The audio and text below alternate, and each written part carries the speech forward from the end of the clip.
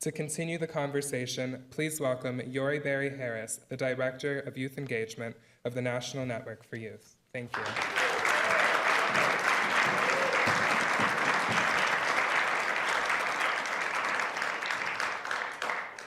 I'm grateful to the ABA for this invitation to join Sheer, a fellow millennial, in a conversation that frames my existing work, promoting more intergenerational collaborations, to consciously engage more millennials and Gen Z in this work. I have the pleasure of serving as the Director of Youth Engagement at the National Network for Youth in Washington, D.C., where I oversee a national leadership program empowering formerly homeless, trafficked, and foster care youth who've intersected with the child welfare and juvenile justice systems to use the challenges and successes of their personal stories to inform and transform existing policies in this nation. Everyone in this room is a child advocate, I would like to believe. So I won't address why we should do this work of being more inclusive and intergenerational, rather how.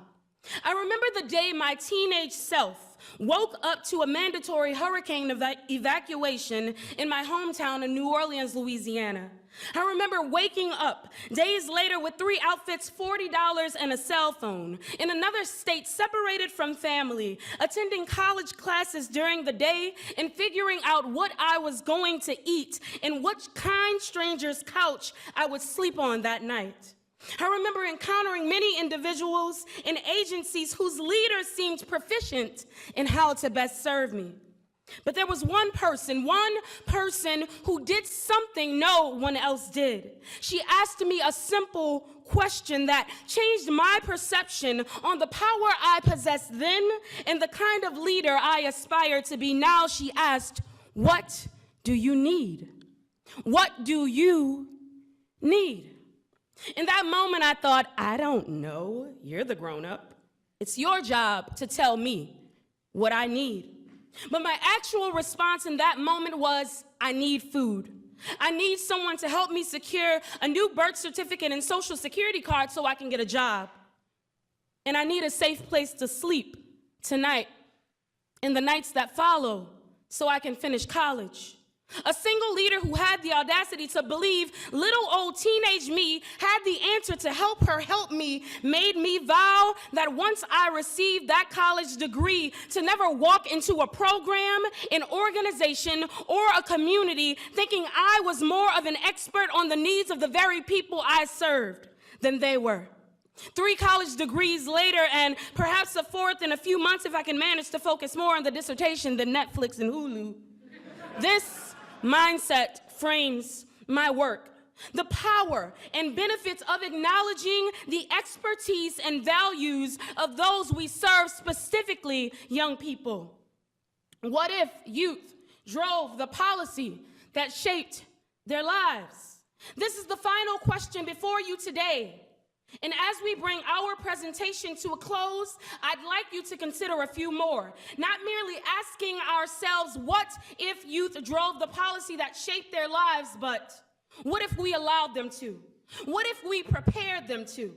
What if we saw them looked beyond their age, their circumstance, sometimes even their criminal records, and noticed their brilliance and value instead? What if we made room for them at the table? What if the next time this group gathered, we invited a few of them into the room?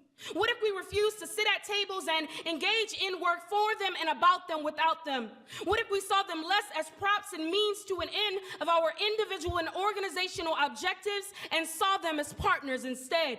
What if we regarded their experience as more significant than our education? What if we recognized them as experts? What if we collaborated with them and allowed them to advise us on how to better serve them?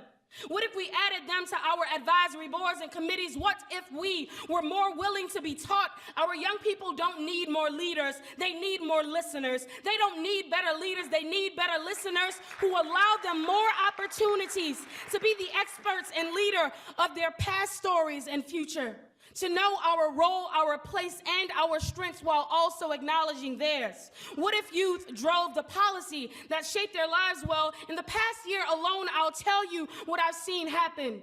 A young man from the Democratic Republic of the Congo traveled to Brazil to speak at the ABA's International Summit on the legal rights of street-connected children and youth, to share that even though he and his family could face violence and other consequences because he decided to stand up and speak out for his rights and that of other young people like him, because youth voices matters. That's what.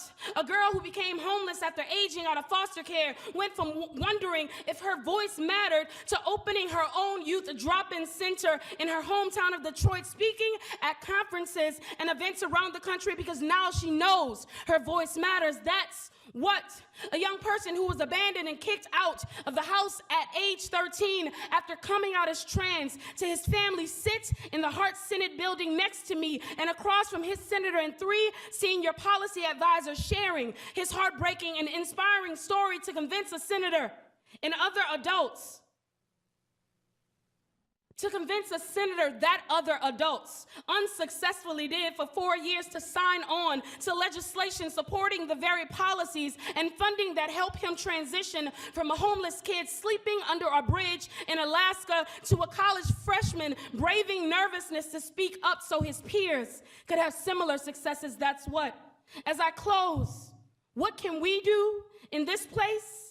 Next time we sit with them as their lawyer or judge or social worker or program director, before assuming we know exactly what they need, let's ask them.